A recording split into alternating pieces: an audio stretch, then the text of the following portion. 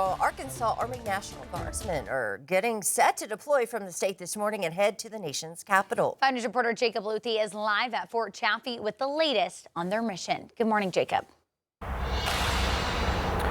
Good morning, Tiffany. Good morning, Joe. This deployment follows the ambush-style attack that happened in D.C. last week. We know that 20-year-old Sarah Beckstrom was killed. Andrew Wolf, another guardsman, is currently fighting for his life in the hospital. But what's happening this morning is 100 Arkansas National Guardsmen are set to deploy over to Washington, D.C. Now, their mission is to replace and to help rotate the guards that are out there and that have been there since August. Now, Colonel Joel Lynch says the assignment will mirror the previous deployment. Soldiers will support law enforcement by providing security in high traffic areas, including the National Mall as well as metro stations.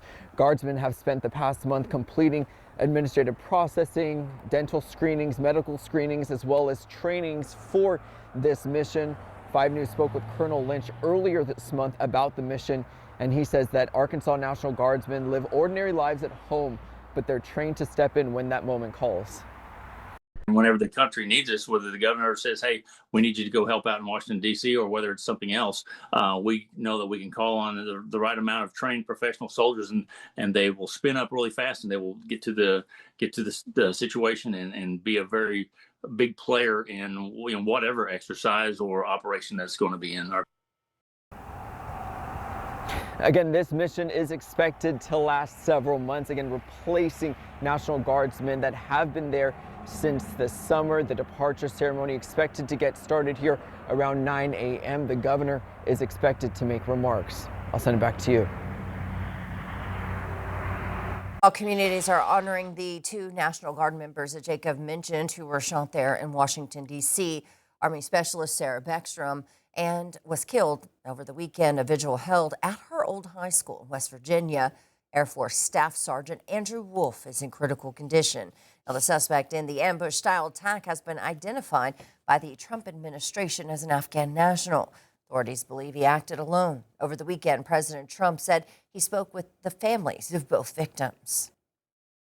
Andrew is fighting for his life, and his parents are unbelievably great people, highly religious people, and they're praying, and they want everybody to pray for Andrew. I spoke with Sarah's parents too, and the only thing I can say, they were devastated. Now, the president also saying that the White House is planning to honor both Beckstrom and Wolf. Well, today the jury trial is set to begin for a man charged with attempted murder. Police say Garino Mackey of Bentonville is suspected in connection with the 2023 attack in Springdale. Police say a woman was stabbed near Baltic Street and was taken to the hospital with life-threatening injuries.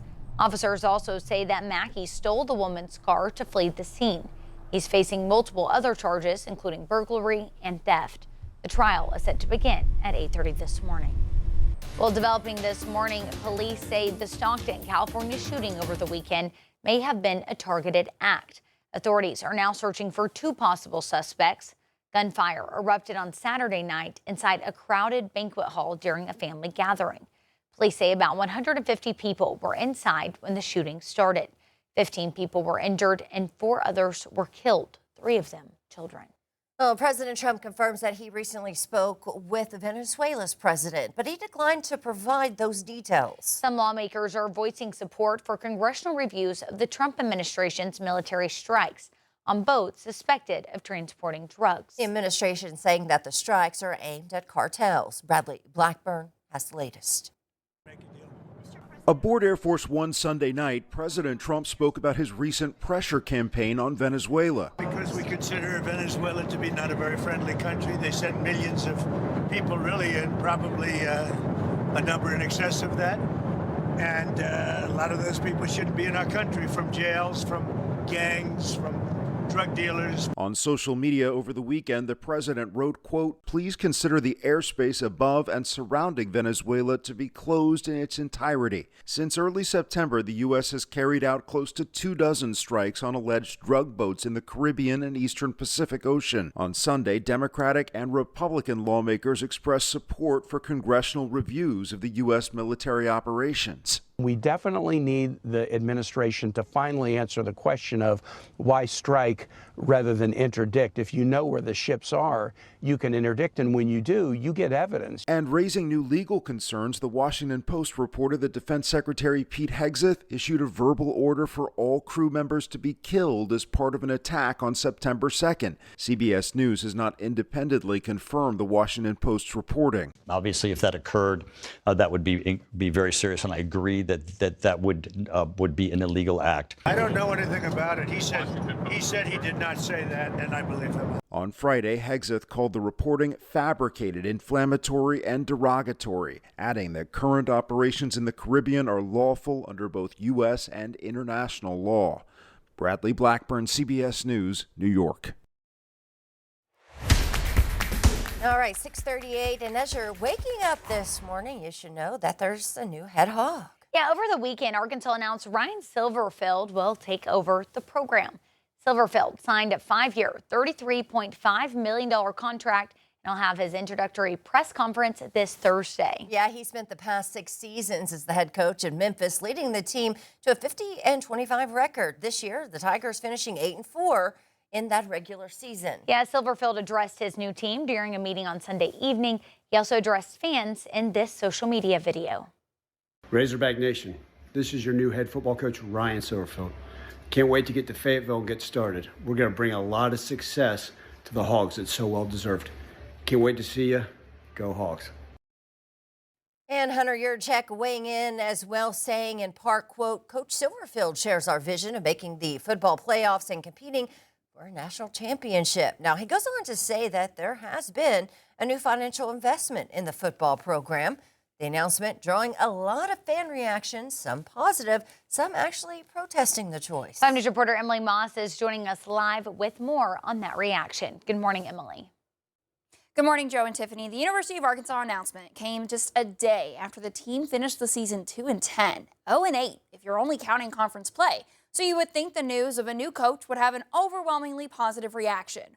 But you would think wrong. Over 24 fans took to the streets outside the Jones Center Sunday protesting the choice, with signs backing current interim coach Bobby Petrino and calling out the athletics director Hunter Yurchek. As we caught up with fans on this decision, they told us they're feeling a wide range of emotions, but they're definitely putting pressure on the new coach to deliver.